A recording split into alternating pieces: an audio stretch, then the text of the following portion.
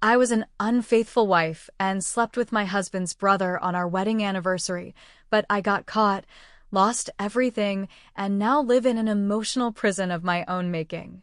My name is Camila. I am 35 years old.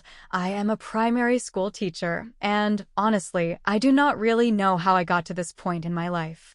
Writing this here is an attempt to understand the mistakes I made, maybe to redeem myself a little or just to get it all out before I go crazy forever. For years, I was considered a centered, balanced woman, someone trustworthy.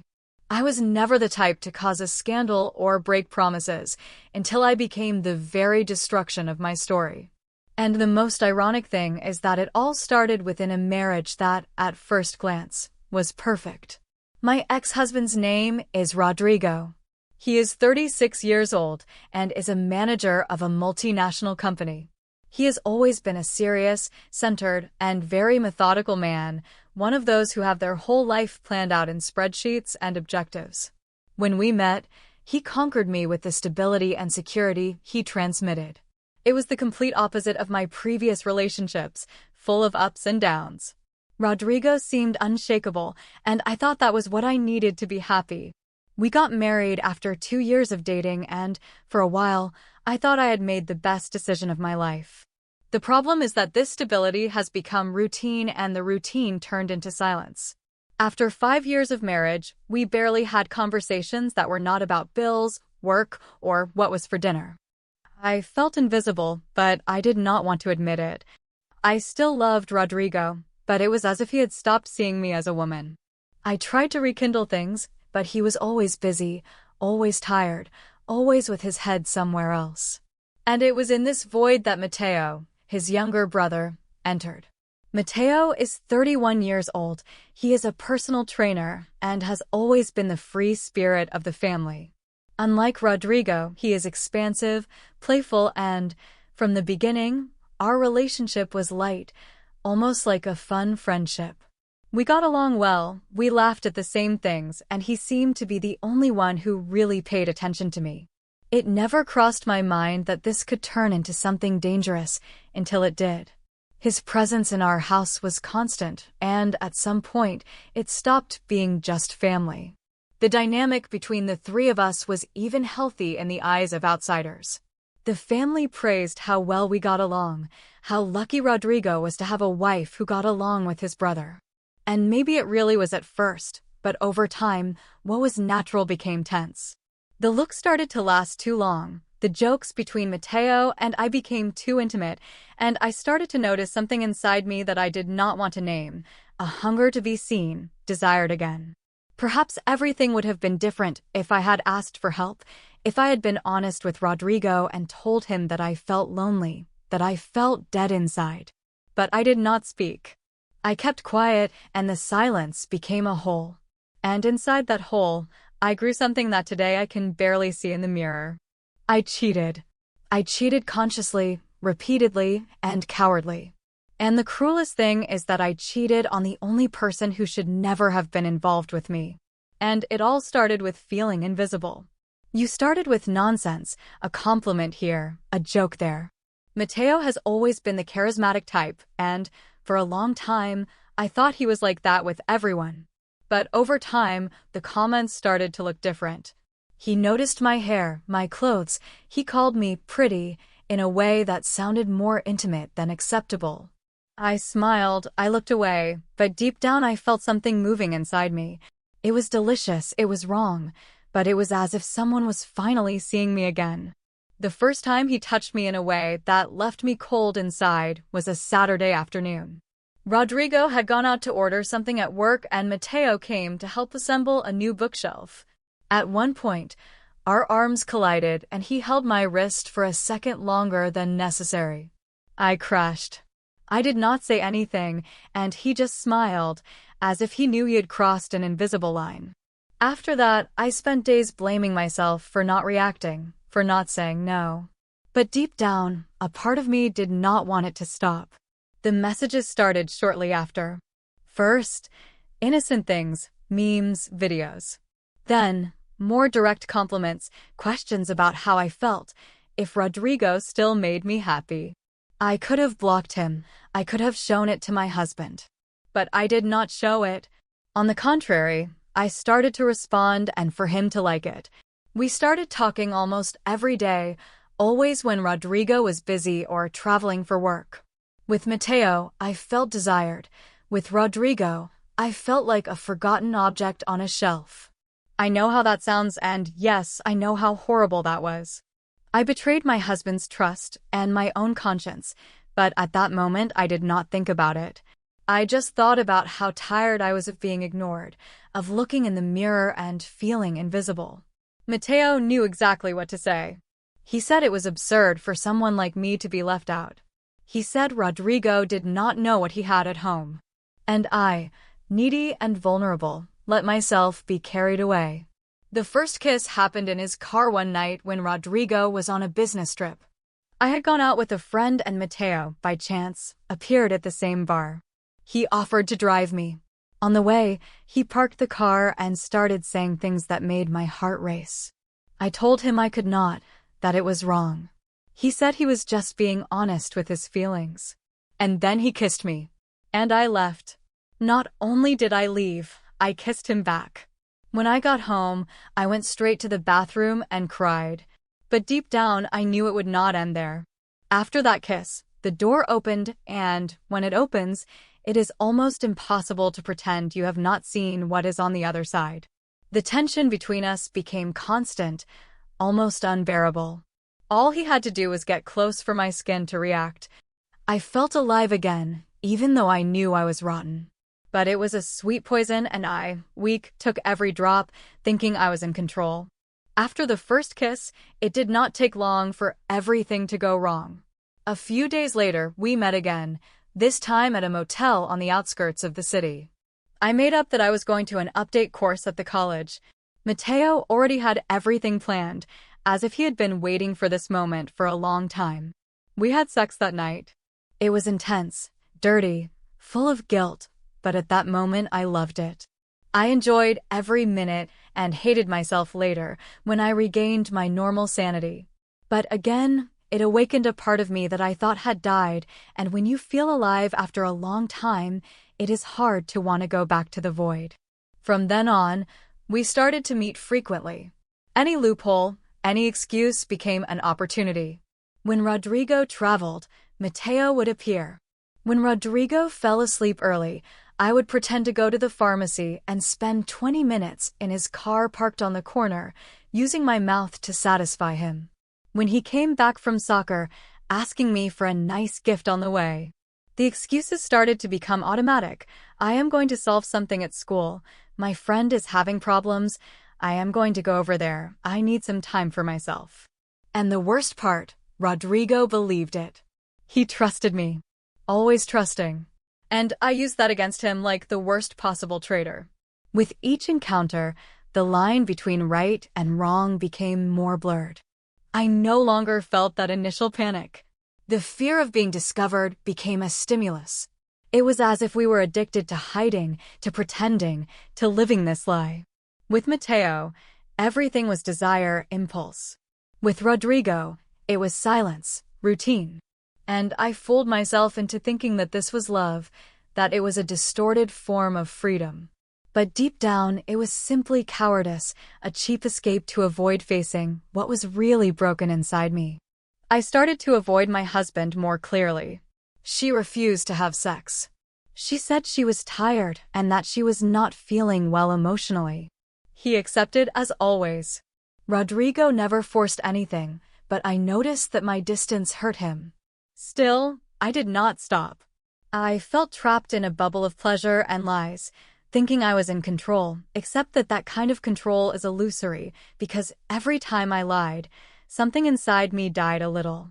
But I continued because I had already gone too far. Mateo, on the other hand, seemed increasingly comfortable with the situation. Sometimes, I even thought he liked the idea of stealing something from his brother. He was cold at times, as if it were all a game. But at other times, he said he was in love, that he wanted to run away with me.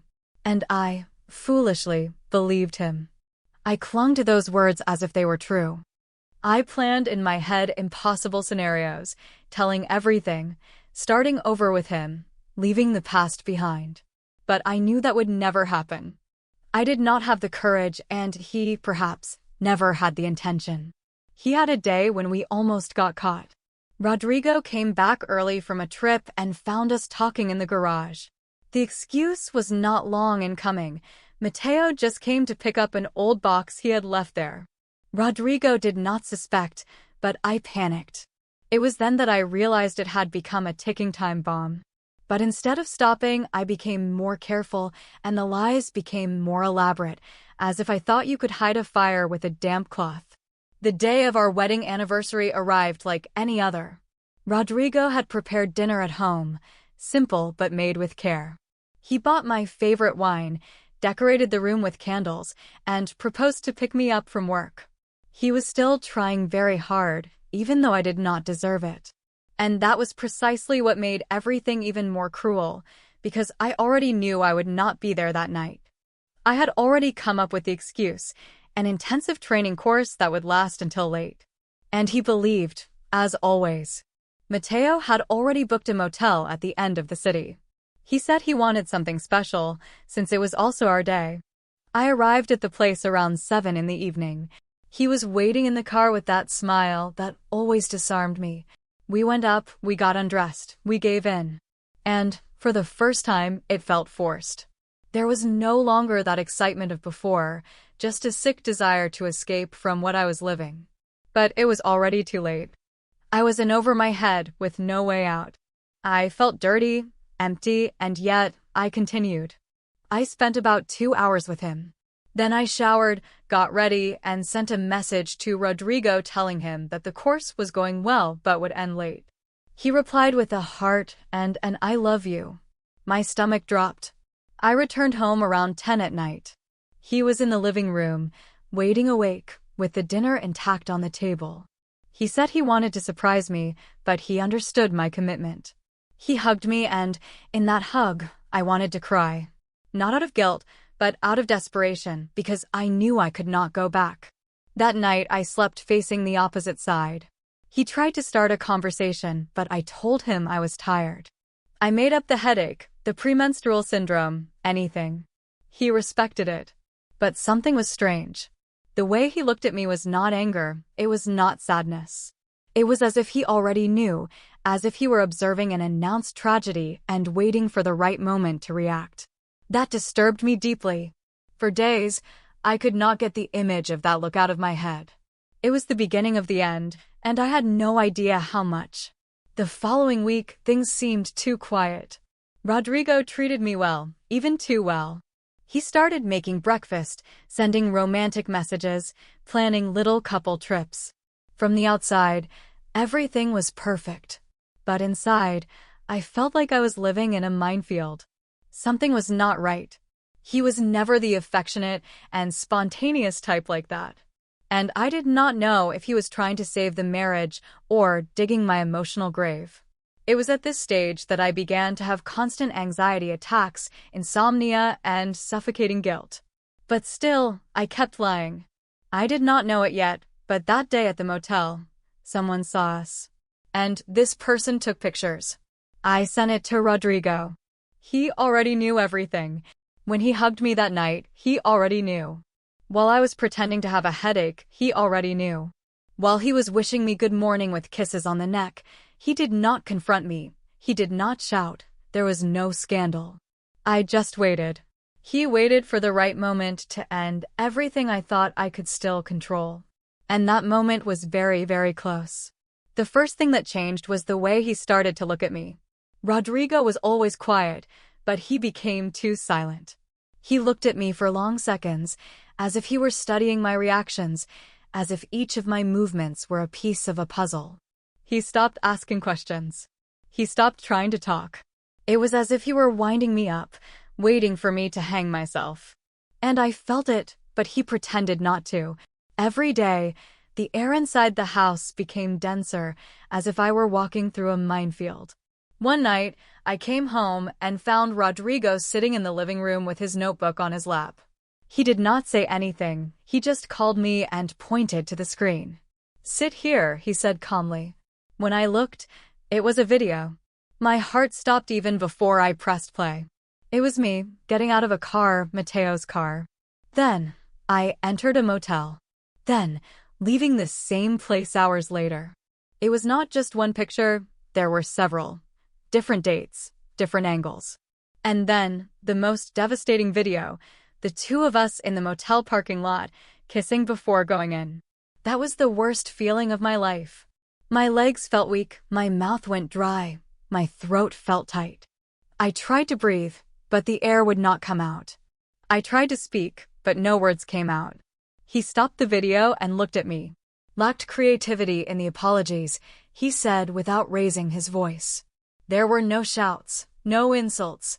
What happened was worse: coldness, disappointment, a controlled anger that hurt more than any scandal. I felt like throwing up right there. It was as if the floor had disappeared. I was naked, exposed, and he had control of everything. I started to cry, I apologized. I said I was confused, that I did not want to hurt anyone. I said I felt lonely, that I got lost. Rodrigo listened to everything in silence.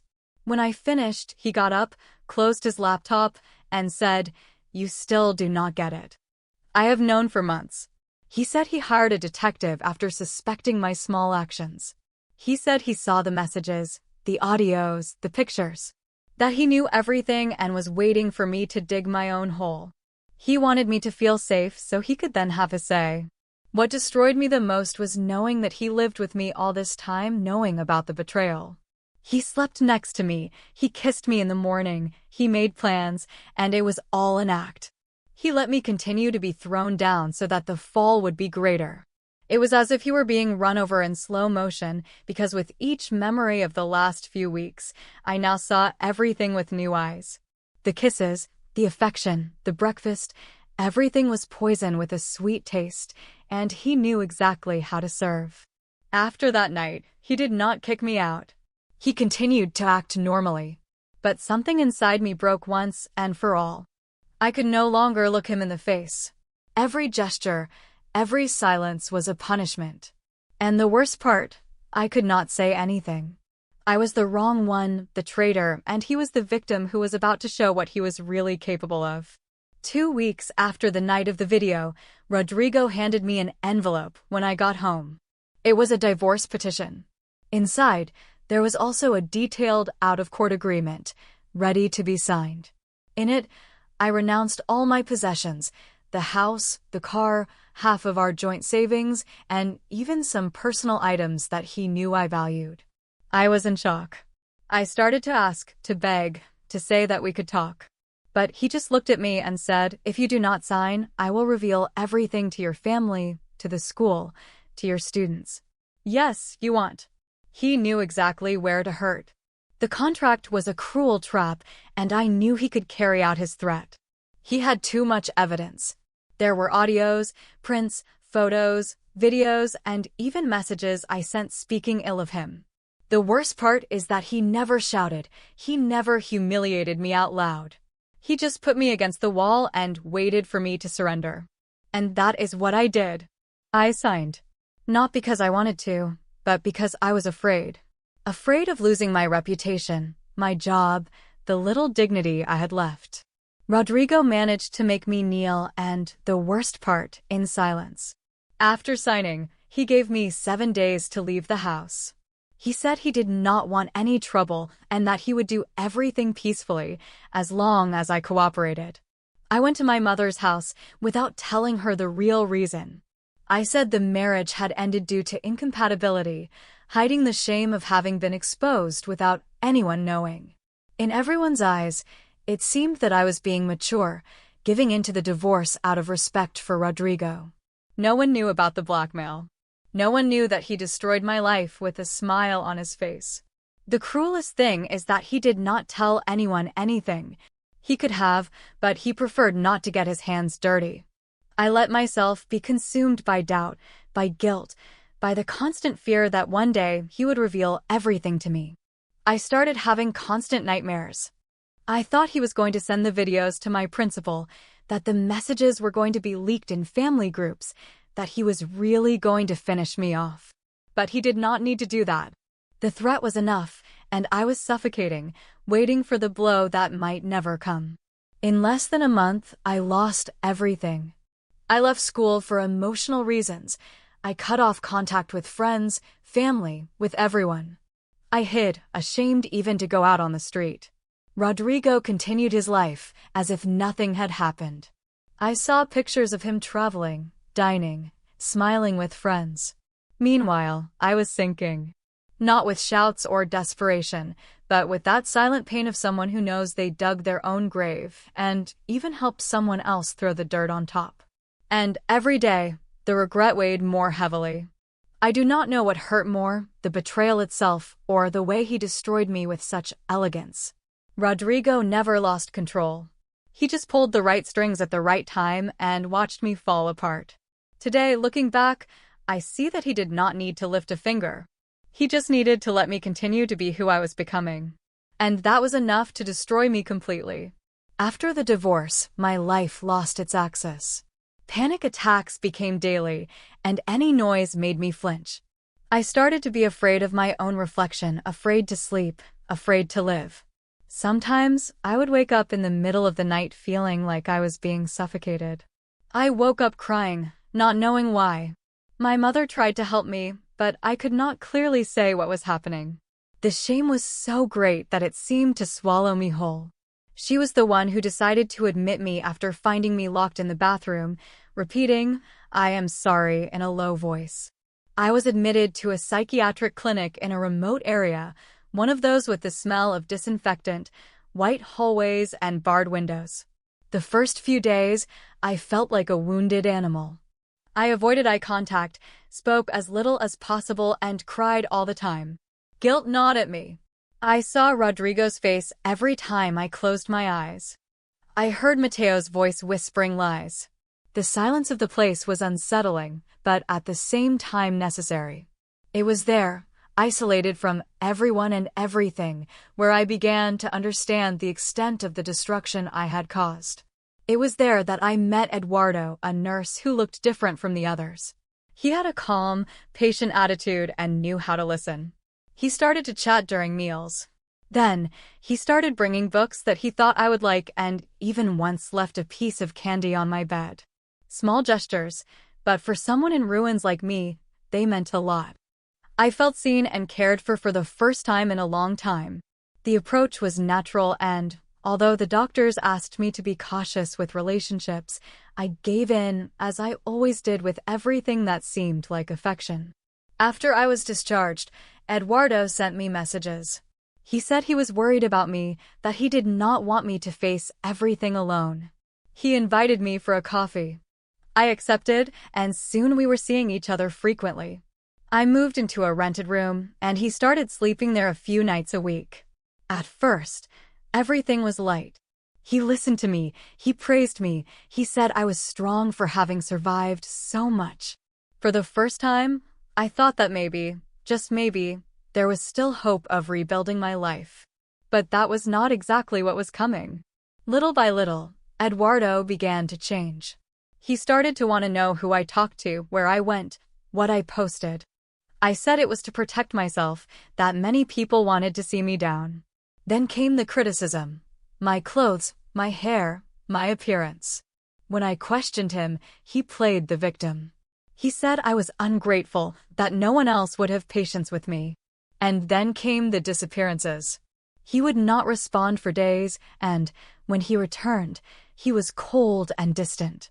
When I tried to end it, he laughed. He said he had messages, audios, even fingerprints that could complicate my life if he wanted to. And I shut up. Today, I am in this relationship that feels more like a punishment.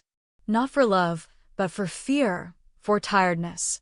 I have already discovered that he did the same with other patients, fragile and vulnerable women like me.